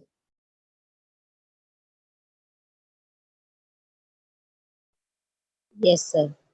नहीं, यस सर। क्या लगता है आपको, सुन सुन के और बता बता के अचानक से एक दिन सुबह उठोगे और तुम चित्रगुप्त बन जाओगे? हैं कोमल? सर पता है मेरे को क्यों? हैं? समझ नहीं आपने क्या कहा सर। मैंने ये कहा कि एक दिन सुबह सो के उठोगे, मैं बताता रहूंगा, तुम पढ़ते रहोगे, उसके आगे कोई कार्रवाई होगी नहीं, और अचानक से तुम एक दिन चित्रगुप्त बन जाओगे। नहीं सर ऐसा तो नहीं होगा। कौन है चित्रगुप्त, पता है तुम्हें कोमल? Yes sir. कौन है बताओ? सर वो सबका एक बायोडाटा रहता है सर उसके हाय पास। मेरी जान, सबका एक बायोडाटा रहता है, कौन वो? सर वो रिवीजन यमराज स्टार्ट के करा पास दो। रहता है। आंचल की डिमांड आई, रिवीजन स्टार्ट करा दो। अरे भाई पहले कोर्स तो पूरा कर लो। कोर्स पूरा करके हफ्ते में 3 या 4 दिन क्लास रख दूंगा, है ना? क्यों कोमल? Yes sir. हफ्ते में 2 दिन रख दूंगा, बल्कि डाउट सेशन, डाउट क्लास लिया करेंगे। क्यों? Yes sir. बोलो कौन है कोमल, कौन है वो? सर वो यमराज के पास रहता है। हाँ बिल्कुल, यमराज का राइटर है वो। बिल्कुल सही कहा तुमने। सब कुछ यार मैं ही स्टार्ट करा दूं, बताओ। तुम्हें मुझे कॉन्फिडेंस देना चाहिए कि मुझे तुम्हें कॉन्फिडेंस देना चाहिए? मैं तो यही सोच के कंफ्यूज होता रहता हूँ। सर हम भी देते रहेंगे, आप भी देते रहना सर। अब मैं तो दे ही रहा हूँ, तुम भी तो दो। सर आपने बोला था ना कि मैं फ्राइडे को क्वेश्चंस पूछ लिया करूंगा, पूरे हफ्ते तुम पढ़ना, फिर उसके बाद इसलिए बोला था मैंने तो। अरे भाई वाह, मैं पूछ ले यार, मेरे कहने का मतलब है और थोड़े सिस्टमेटिक हो जाओ और थोड़े टफ हो जाओ।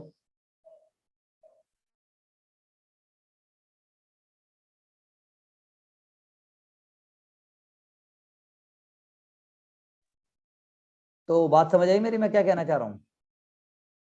Yes sir. तो यानी कि पंचायत, अगर मैं रीजनलिज्म की बात करूं और इसमें रीजनलिज्म में कोई और एलिमेंट है तो बताओ तुम। तुम्हें थिंकर के नाम लिखने हैं, इसने ये कहा उसने ये कहा। ट्रांस नेशनलिज्म हैं? रीजनलिज्म क्या होता है? ट्रांस नेशनलिज्म रीजनलिज्म क्या होता है? Trans nationalism transnationalism. और रीजनलिज्म। अरे भाई, ट्रांसनेशनलिज्म की रीजनलिज्म और नेशनलिज्म। कोमल, इस, क्या बोल इसमें रही हो? एग्जांपल आएंगे सर। हैं? इसमें इसको समझा दो सर, उसके एग्जांपल भी बता दो। किसके? Trans nationalism regionalism. ट्रांस शब्द का मतलब समझो पहले तुम, बाकी सारा समझ में आ जाएगा। ट्रांस का मतलब होता है पार होना, यानी कि एक राष्ट्र से ज्यादा कुछ हो रहा है और एक रीजन से ज्यादा कुछ हो रहा है। आप समझे? एक राष्ट्र से ज्यादा कुछ हो रहा है, एक रीजन से ज्यादा कुछ हो रहा है, तो दोनों चीजें कहलाएंगी ट्रांस नेशनलिज्म, ट्रांस रीजनलिज्म। यानी वो वैल्यूज जो एक रीजन में हैं, but they will surpass that region and go to another region, that is trans regionalism.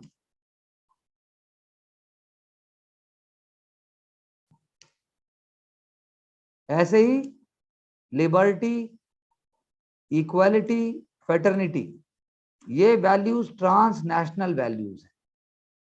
क्या है? ट्रांसनेशनल। है ट्रांस यमुना, यानी यमुना के पार। ट्रांसपोर्ट, यानी पोर्ट को पार करने का वाहन। बात समझ में आई? ठीक है, और बोलो। सर मैंने जो आपने वो डाइवर्सिटी और डिस्पैरिटी बताया था, जी। तो उसमें एक इंटर रीजनलिज्म कॉन्फ्लिक्ट है, तो उसमें एक टर्म थी nurture nativism and son of the soil ideology. हाँ बिल्कुल, इंटर रीजनलिज्म में क्या है? Nurture nativism and son of the soil ideology. बिल्कुल, nurture nativism and son of the soil. बहुत अच्छा पॉइंट है ये। इसका यानी मीनिंग कि बताइए। हरियाणा में कौन काम करेगा? सिर्फ हरियाणवी काम करेंगे। और हरियाणा में भी कौन काम करेंगे? जाट करेंगे, यादव करेंगे, क्षत्रिय करेंगे, सैनी करेंगे, ये करेंगे। नेटिविज्म, ये कौन है? यहाँ के नेटिव्स हैं। समझ आई बात? Yes sir. हरियाणा की फैक्ट्री में कौन सी भाषा चलेगी? बोलो। बांगड़ू। बांगड़ू, हरियाणवी। ये दोनों बातें जो है ना, सन ऑफ द सॉयल की बातें हैं। सन ऑफ द सॉयल, यानी जो पहले मिलेगा लोकल आदमी को मिलेगा। महाराष्ट्र में कौन रूल करेगा? मराठी मानुस रूल करेगा। महाराष्ट्र में जॉब किसकी मिलेंगी? मराठी मानुस। मराठी मानुस। समझ रहे हो मेरी बात को? Yes sir. तो ये ऐसे ही है, ये है सन ऑफ द सॉयल और नर्चरिंग द नेटिविज्म। तमिलनाडु में जाओगे, तमिल लोकल जॉब किसको मिलनी चाहिए? तमिल को। है यस लोकल सर। पीपल,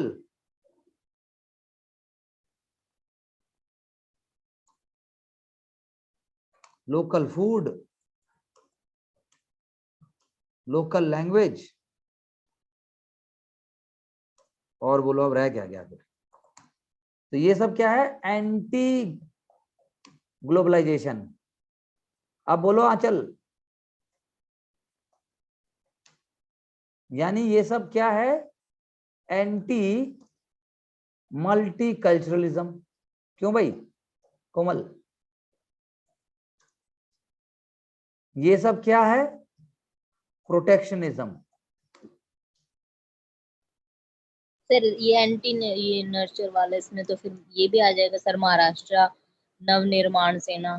बिल्कुल आएगी, बनी इसलिए है वो।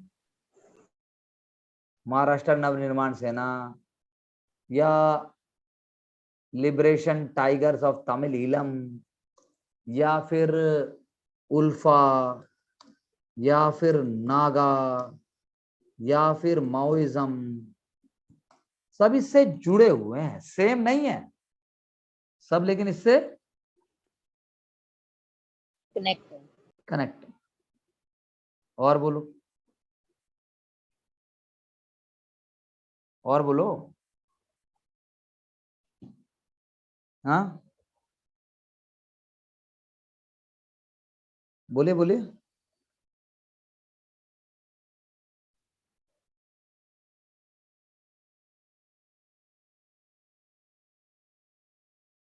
हाँ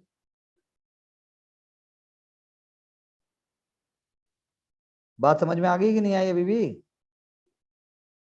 आगे से थोड़ा जल्दी जल्दी बताएगा। और बताओ कोई कॉन्सेप्ट इसमें जो ना समझ में आया हो। हाँ बोलिए मेरे प्रिय बालकों।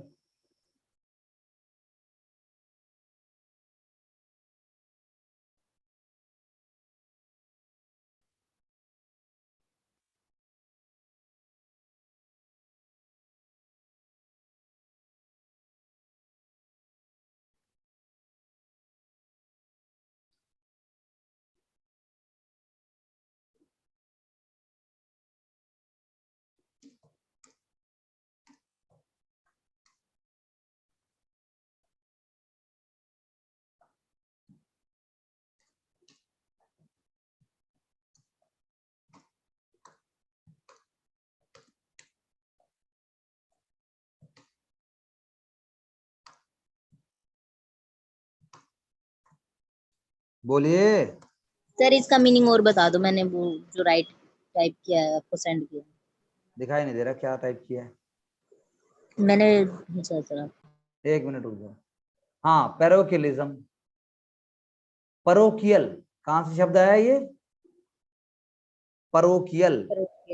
बताओ आंचल क्या होता है परोकियल? कोमल ऐसे भी रोज पूछ लेना 10 टर्म तो बस शांति हो जाए। बताओ। हैं को आंचल? रीजनलिज्म में ही पढ़ा था सर, पर मुझे बिल्कुल मीनिंग। रीजनलिज्म में ही है। परोकियल का मतलब होता है जब आप क्षेत्रवाद करोगे, जब आप जो है भेदभाव करोगे, नैरो माइंडसेट रखोगे, परोकियल एटीट्यूड। परोकियल सोसाइटी भी होती है क्या? नैरो, समझ रही हो नैरो का मतलब? नैरो व्यू कैसे सर की? अरे नैरो व्यू का मतलब है मैं तो ऐसे ही पढ़ती हूँ, मैं तो यही करती हूँ, हमारे यहाँ तो यही होता है, ये क्या है? ये तो अपने रिलीजन को वो मतलब।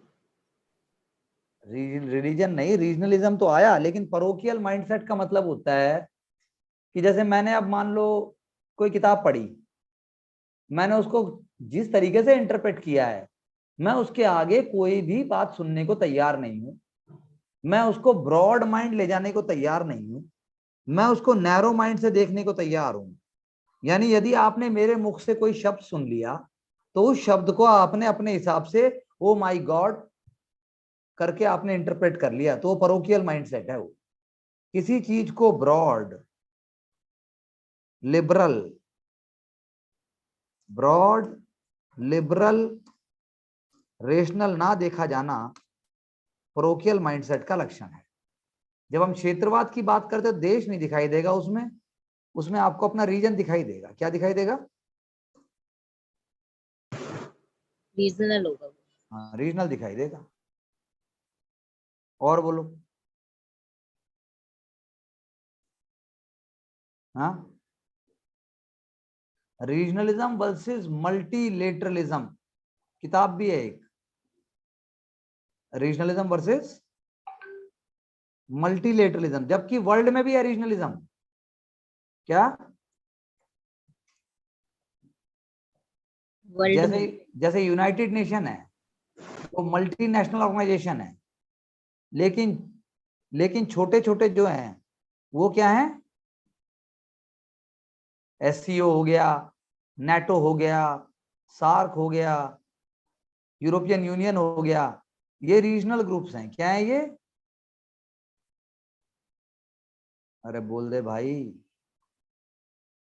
रीजनल हाँ, रीजनल अब जैसे मैं आपको एक आर्टिकल दे रहा हूं आज फिर से, इंडियन एक्सप्रेस का एक सर्वे हुआ कि इंडियंस अपनी आइडेंटिटी को कैसे देखते हैं, रीजनल देखते हैं कि नेशनल देखते हैं। इस आर्टिकल को पढ़ना और फिर मुझे बताना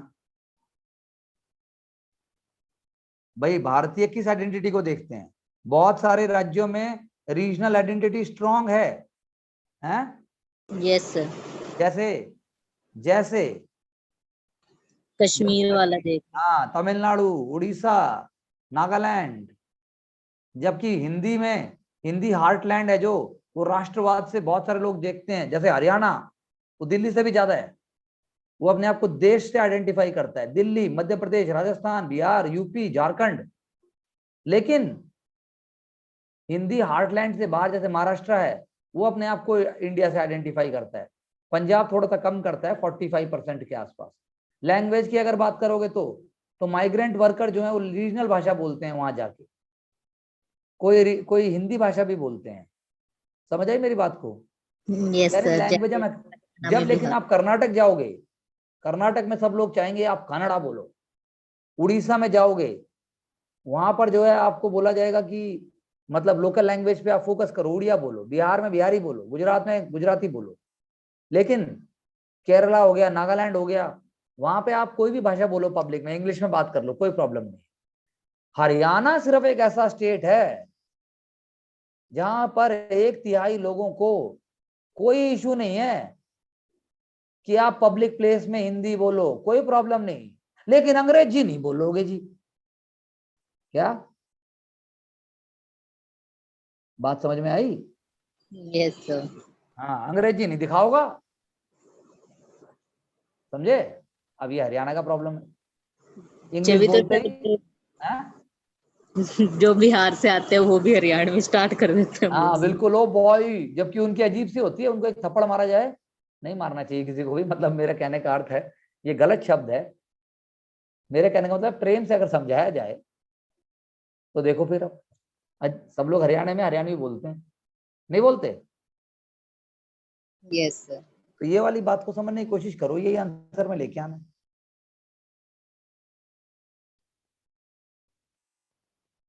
एक आर्टिकल मैंने आपको रीजनलिज्म का दे दिया है,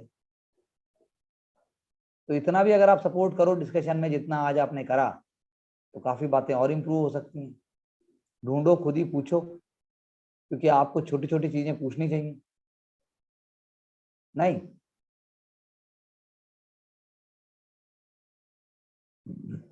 यानी यानी परोकिलिज्म एक स्टेट ऑफ माइंड है। क्या स्टेट ऑफ माइंड है वो? और एक और आर्टिकल मैं आपको दे दूंगा, 2 दे दिए मैंने रीजनलिज्म पे, एक मैं दे चुका हूं और एक और मैं दे देता हूं।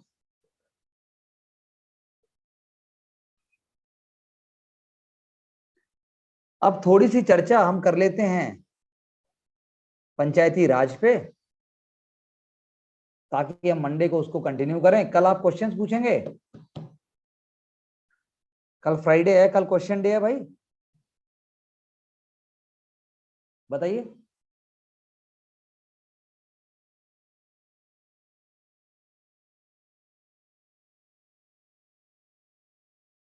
हेलो, यस बता, सर, बताओ भाई, कल क्वेश्चन डे है, क्या है? कल फ्राइडे है सर। क्वेश्चन डे नहीं है कल? क्वेश्चन डे है या फ्राइडे है, या फिर पंचायती राज पढ़ना है कल? सर क्वेश्चन डे और पंचायती राज डे दोनों बना लेते हैं। ठीक है, तो पंचायती राज की जहां तक बात है, लोकल गवर्नेंस है, पंचायत हिस्टोरिक इंस्टीट्यूशंस है। पंचायत का चर्चा सरपंच का हमारे यहाँ एंशिएंट टाइम में भी किया गया है। गांधी जी ने कहा है true Swaraj, true Swaraj, true Swaraj जब आएगा जब जो है हर व्यक्ति को, एकदम ग्रास रूट वाले व्यक्ति को भी अपनी जगह, अपनी पोटेंशियल, अपनी अपॉर्चुनिटीज और सबको उसको पूरा करने का मौका मिलेगा। वो होगा आपका ट्रू स्वराज। ठीक है ना जी, क्या होगा वो? ट्रू स्वराज होगा। तो लोकल गवर्नमेंट्स में 3 टियर गवर्नेंस में बहुत इंपॉर्टेंट है, बहुत ज्यादा उसका एक वैल्यू है, बहुत ज्यादा एक उसकी सिस्टमेटिक अप्रोच है। भारत में जो परिवर्तन आ रहे हैं, गरीबी जो कम हो रही है और जो हम ग्रास रूट लेवल पे चेंजेस देख रहे हैं, उसमें भी इसका बहुत बड़ा रोल है। ठीक है ना जी, बहुत बड़ा रोल है उसका। तो पंचायती राज इंस्टीट्यूशंस ने भारत के कॉन्स्टिट्यूशन को और भारत के गवर्नेंस सिस्टम को एक नया रूप दिया है, एक नया सिस्टम दिया है। और गेटिंग माय पॉइंट, उनका रोल बहुआयामी है, पंचायत का रोल बहुआयामी है। 33% रिजर्वेशन भी है वुमेन कैंडिडेट का। बैकवर्ड सेक्शन जैसे SC ST OBC उनका भी है। तो सोशल चेंज है, ये सोशल चेंज मेकर्स हैं PRI।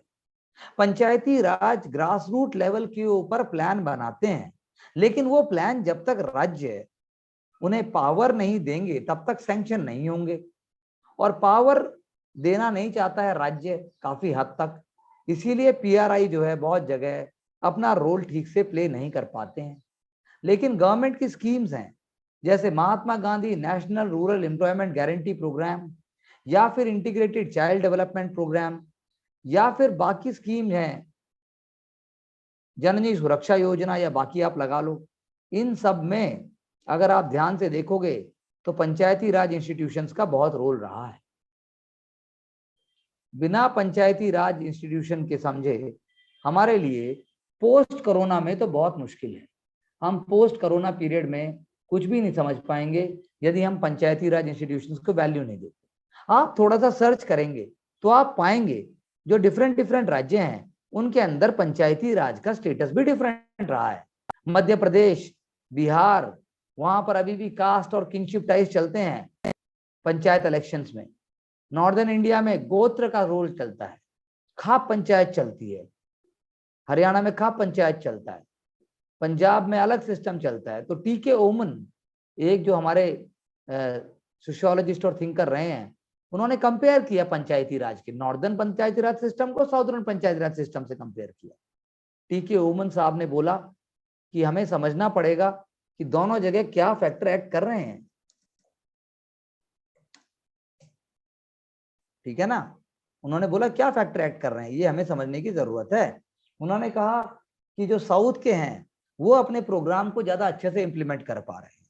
साउथ के जो है वो रीजनलिज्म को ना बढ़ावा देते हुए बहुत हद तक, रीजनलिज्म अगर बढ़ भी रहा है तो वो रेशनल लाइंस के ऊपर है। तमिलनाडु जैसे स्टेट को अगर हम एक्सेप्शन मान लें, जैसा मैंने अभी बताया, रीजनल आइडेंटिटी के दम पे कुछ सेंसिटिव इश्यूज हैं। श्रीलंका में जब जब कुछ कुछ होगा तमिलनाडु एक्ट करेगा। तो उन्होंने कहा कि इफेक्टिव इंप्लीमेंटेशन हुआ है गवर्नेंस का। हिंदी में जो अभी भी कास्ट का सिस्टम पड़ा हुआ है। दलित की यदि बात करें तो वो वोट बैंक के तौर पे देखा जाता है। क्या उनको राशन मिलता है? जी मिल रहा है। ये बात होने लगी है सिर्फ जनधन योजना मिलने के बाद। जे लोम्बिट ने दलित के बारे में बात की, उन्होंने दलित के बारे में कहा कि भाई नहीं, दलित को भी उनका जो पूरा वो है, मतलब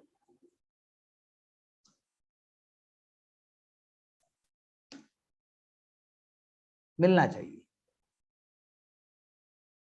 ठीक है ना जी, VE होगा।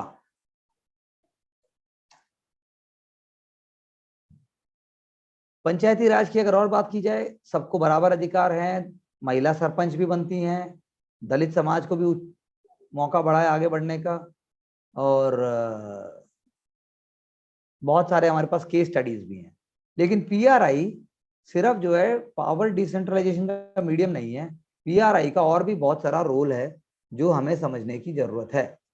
इसमें अगर कोई डाउट आ रहा है आपको तो मुझसे पूछो, वरना मैं तो आपको बहुत सारी पॉइंट्स बता सकता हूँ। बताइए।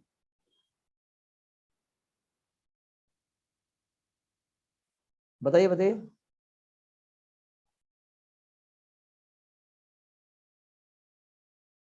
क्योंकि पंचायती राज की यदि बात की जाए तो पंचायती राज इंस्टीट्यूशन ने पिछले 25 से 30 वर्षों में बहुत सारा परिवर्तन किया है। खासकर केरला तो मॉडल है, केरला तो मॉडल है बहुत सारी चीजों में, और केरला ने जो है पूरे भारत को बहुत सारी चीजों में उन्होंने रास्ता भी दिखाया है। लेकिन जो पीआरआई और सेल्फ हेल्प ग्रुप का जो ताना बाना है उससे गरीबी बहुत हद तक हटी है, पॉवर्टी एलिमिनेशन में बहुत सहायता मिली है।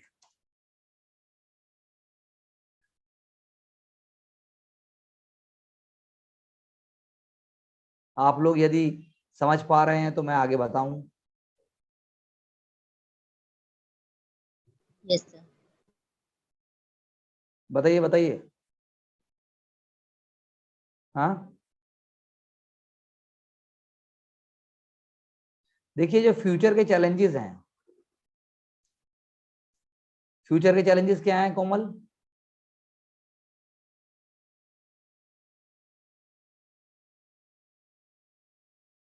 कोमल, अरे फ्यूचर के चैलेंजेस क्या हैं? सोच रही हूँ सर। कमाल हो गया कोमल यार। आंचल? सर पॉवर्टी, और? Climate change, very good. और? Health issue. Very good. ठीक से शब्द यूज किया करो। हेल्थ इश्यूज कोई वर्ड होता है? प्राइमरी हेल्थ केयर बोल लो, पब्लिक हेल्थ केयर फैसिलिटीज बोल लो। जब तक सही शब्द का प्रयोग नहीं करोगे नंबर नहीं आएंगे। कोमल आप बोलो तुम।